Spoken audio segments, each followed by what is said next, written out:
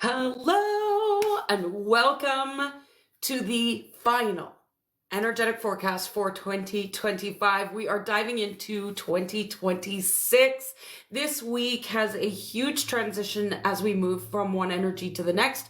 Not only are we moving from 1 year to the next, obvious, but also we are closing the window finally on the 9-year cycle that we have been walking through, and we are beginning a brand new 9-year cycle. So as we're shifting into 2026, not only are we shifting into a new year, but we're actually setting the stage for the next 9 years of our lives, for the next decade. So I don't know about you, but I intend to take this pretty dang seriously. So if you are live, say hello. If you are on the replay, let me know you're here.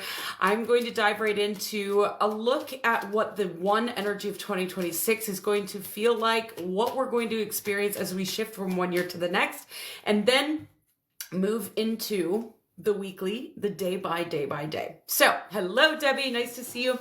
All right, so let's dive in. This is for the female entrepreneurs who want to capture all the juice out of life from your entire life experience, not just hustling to build a business, hoping for the best that you're going to get results, but ultimately really understanding what you're building it all for with practical, tangible, energetic translation so that you can actually maximize the ROI out of your entire fucking life. Hello, Kenda. Nice to see you.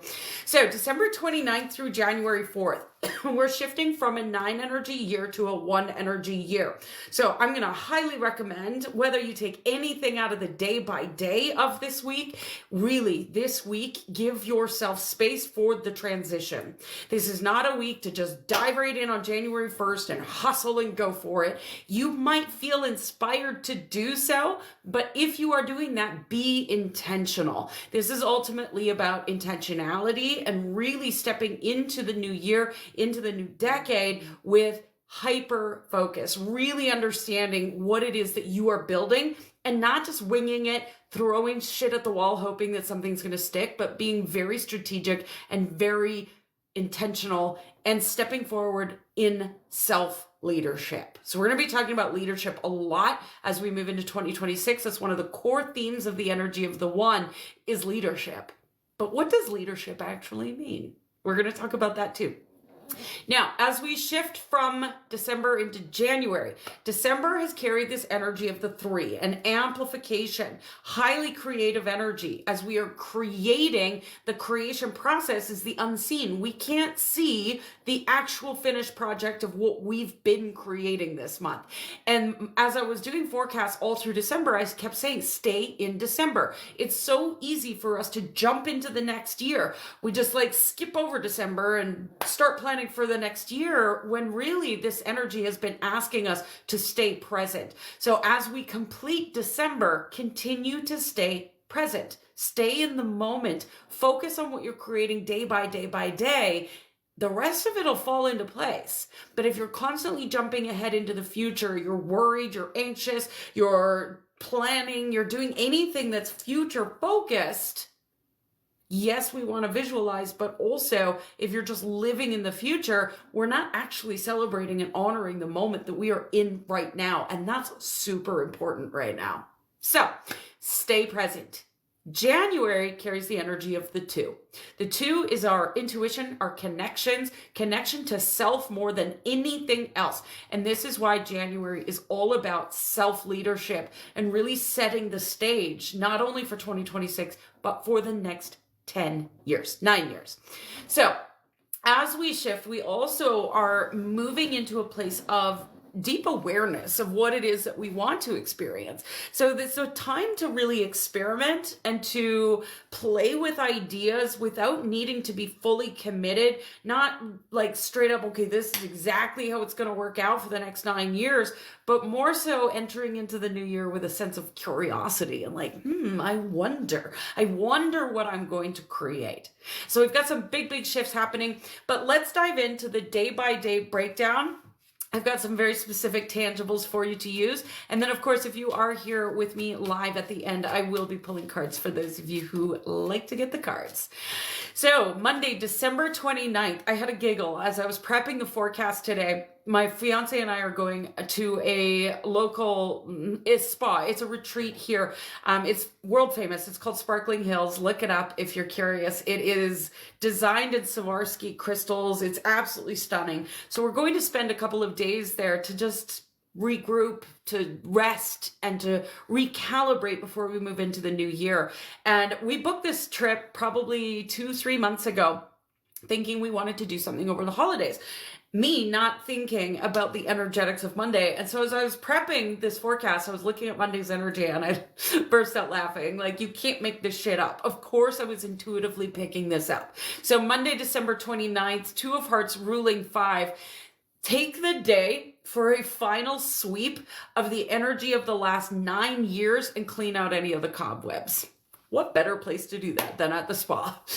There's no need to rush into 2026. So stay present, stay in December. I know it's easy to jump forward and to think about the first of the month, the first of the year, and to think about, oh, all this new exciting energy, but stay here. And in fact, if you don't stay here, it's going to throw you off kilter when you move into the new year. So start your day slowly, with intention.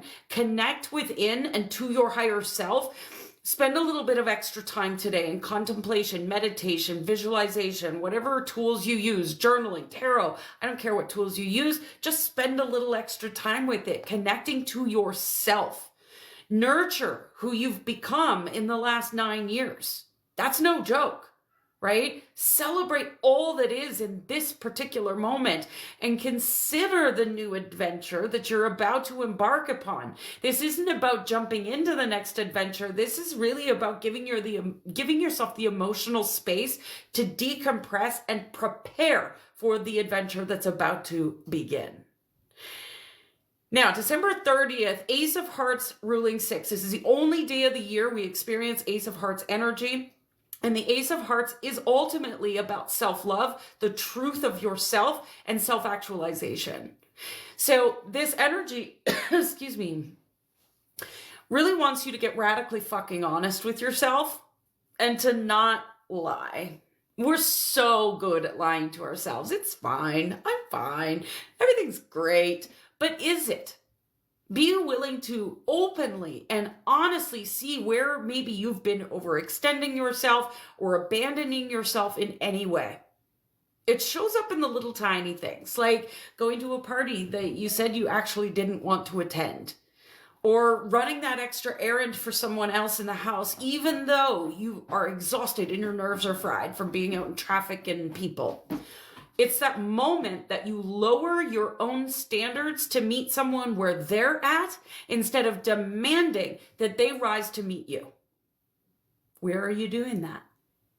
So today, identify one area where you're compromising yourself. One habit, one role that you play that's not going into 2026 with you, and eliminate it. Wednesday, December 31st. Now, this is always a fun day. The final day of the year carries the energy of the Joker. So if you think about back in the day when the kings and queens held court, the Jokers would show up, and the Jokers were the only ones who were allowed to make fun of the king and queen.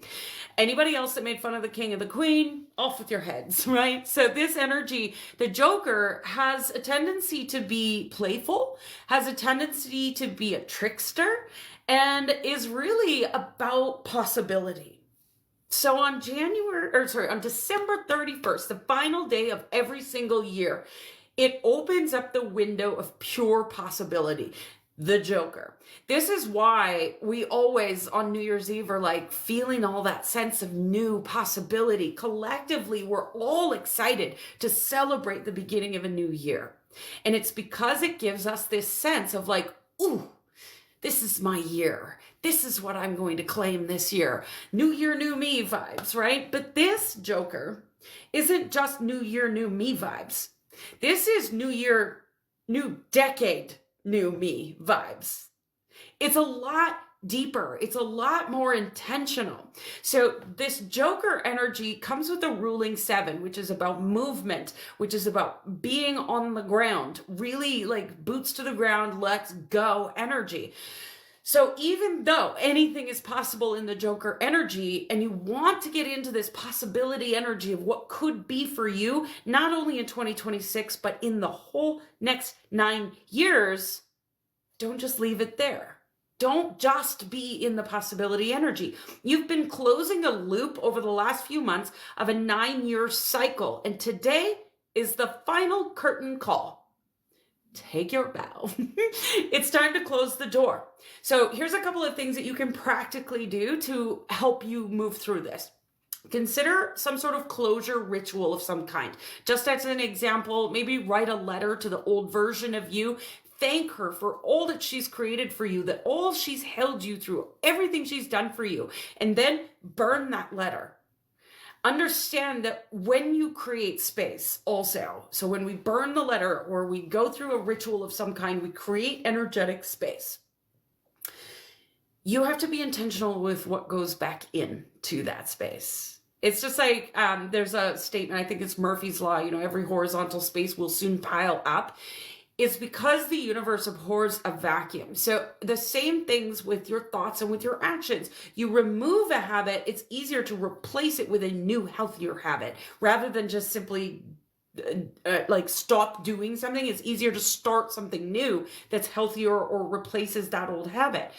Same thing with your thoughts, your beliefs, everything else. So be intentional about how you're moving forward.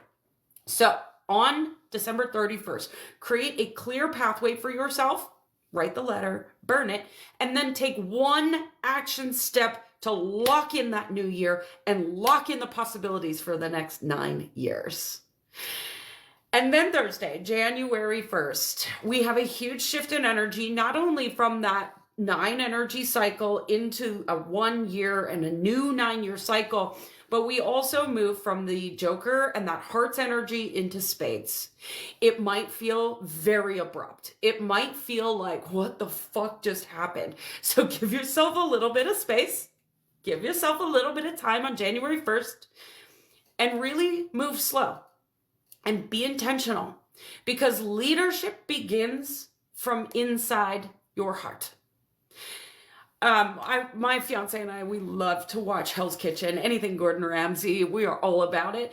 And we've been watching Hell's Kitchen recently. And one of the things that in Hell's Kitchen, they talk about a lot is leadership. And this one girl on one of the teams, she was like, I'm going to show up. I'm going to be the biggest leader ever. And all she was doing was like literally elbowing people out of her way at this cooking station. She was like, I'll do it. I'll do it. I don't need your help. And I was thinking to myself, I'm like, is that truly leadership? Is that what I believe leadership to be? And for me, no, that is not what leadership is. How you define leadership is up to you, but that's what today is about, is to take a moment on January 1st to define what leadership means to you, because the entire theme of 2026 is leadership. Is it about demonstrating the path forward for others who want what you have? Or is it about forcing, pushing, demanding? And how you lead yourself today is going to set the tone for the rest of the year. So check in with yourself and regulate before making your moves, and set the precedent for the year ahead with the leadership qualities that you admire. Starts with you. Friday, January 2nd, Queen of Spades ruling 4. Notice today where you feel pressure to respond, to explain, to perform. Do you feel like you need to show up? Or are you showing up because you are committed to it? Because you're devoted to it? Are you posting content for the sake of posting content because some coach or mentor told you should be posting content all the time? Or are you seeing it as an opportunity to nurture and to add value and to contribute? Wherever you're feeling this need energy or an urge to do something as an obligation, it's a reminder of your conditioning. Being aware of these patterns helps you to prevent energy leaks. And instead of moving out of a sense of obligation, you move out of a sense of self-trust and devotion. And that's way more important. So take time today in this Queen of Spades energy to really tune in. Tune into how your soul wants you to move. Stay committed to the path that your higher self chose, not the one that your ego thinks is going to get you the most praise or the best results. Saturday, January 3rd, Jack of Spades ruling 5. We also have a full moon in Cancer. This full moon sets the precedent for the entire year and how you manage your emotions and how you feel and sense security in your life. So where are you outsourcing your sense of security, depending on others to feel secure? Does the way you've been living support you, or is it just how you've learned to survive? It's a really good journal prompt for those of you who like to journal. Notice where maybe you're over giving in an effort to feel safe, to feel loved, to feel accepted. How many of us put ourselves out there in such ways that depletes our energy, but we're doing it because it makes us feel like we belong, or we feel safe, or we're a good girl and we did a good job, right? So notice where you're caretaking out of a sense of obligation instead of desire. Where are you depleting your resources for the benefit of others, but you're secretly receiving the payoff of feeling like you belong? So you get this payoff and yet you're feeling depleted at the same time. This is your moment to reclaim your power. This is your moment to choose to create security from the inside out. Safety, security, it does not exist out there. It is an inside job. So this is where you start your month and your year and your next 9 years. To stop resourcing safety from others and instead to choose that you don't need to earn safety. Feeling resourced instead of drained, not really the best way to start the, not the best way to start the year. So start your month, your year, your next 9-year cycle with a sense of emotional power. Because if your life or your business requires you to be emotionally armored before you go out into the world, just in order to function, something needs to shift. All right, Sunday, January 4th, 10 of Spades, ruling 6. You do not need to heal more in order to get what you want out of life. Stop listening to the people who are like, oh, but I need to heal this and I need to heal that. No, you don't. You can just go after what the fuck you want. All you need to do is stop agreeing to live by ingrained patterns. So when you become aware of your patterns, because it requires awareness first, you can't fix anything if you're not aware of something. But when you become aware of your patterns, you reach this decision point. Do I continue to agree to live by this, by giving in, or will I choose differently? For example, I have had a pattern my whole life of not feeling like I'm enough. There's been this thread through childhood trauma and everything else that happened, blah, blah, blah, the big long story, right? And it's shown up in so many different ways. When I was younger, in my 20s, it showed up as addiction, abusive relationships. Then it turned into workaholic tendencies. Then it turned into over-delivering, over-giving. Then it turned into all sorts of other things as I learned how to work with the pattern. We don't actually remove the pattern. We just learn how to best live with it and to choose consciously how to shift. That pattern still shows up for me, but do I allow it to take over my life? Fuck no, never, right? So I'm not saying that this is easy to choose differently. Once you're aware of your pattern, choose differently. It is not easy. If it were easy, everybody would be doing it. Self-leadership requires this level of discipline. To maintain new standards as you walk the path of your new identity, it requires you to choose, to consciously be aware, to be intentional, to step forward, even though your ego wants you to sit back. And the more you recognize your patterns of overfunctioning, overgiving, self-abandonment, the more you can consciously choose to move with more intention, to create stronger boundaries for yourself and for those around you, and powerful protection of your creative force. So today, observe yourself. You have this superpower as a human being to observe what you're thinking and feeling and your actions. Observe yourself, observe your patterns, and choose the path of the powerful leader that you already know you are.